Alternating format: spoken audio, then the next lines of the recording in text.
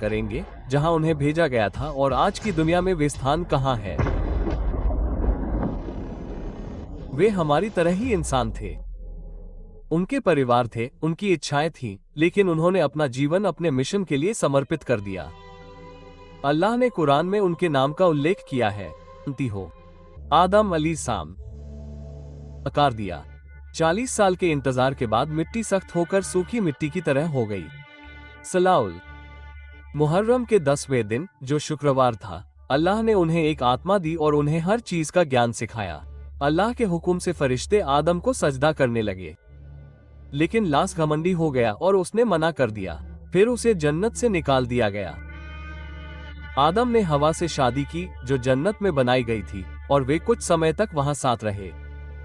हालांकि क्योंकि उन्होंने वर्जित पेड़ से खाया था, इसलिए उन्हें धरती पर भेज दिया गया।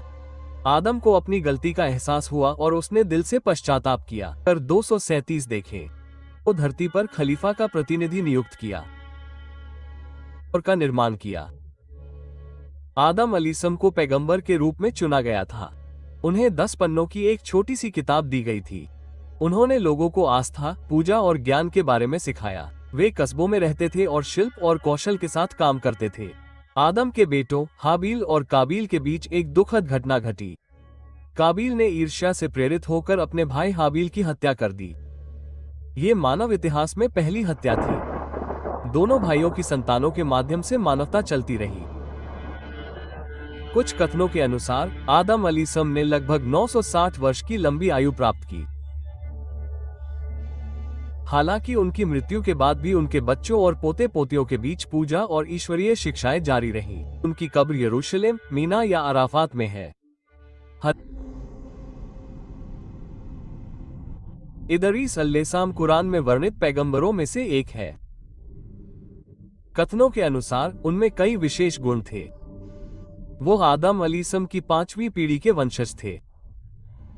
तो छोटे धर्मग्रंथ दिए और उन्हें कई विज्ञान सिखाए।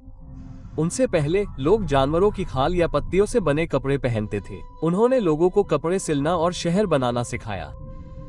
वो 72 भाषाएं जानते थे और हर समुदाय को उनकी अपनी भाषा में सच्चे धर्म की ओर आमंत्रित करते थे।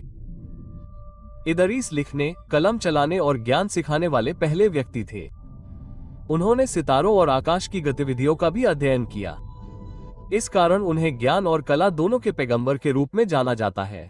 उनसे मिस्र चले गए और वहां कई वर्षों तक रहे और लोगों को सच्चे धर्म की ओर बुलाते रहे।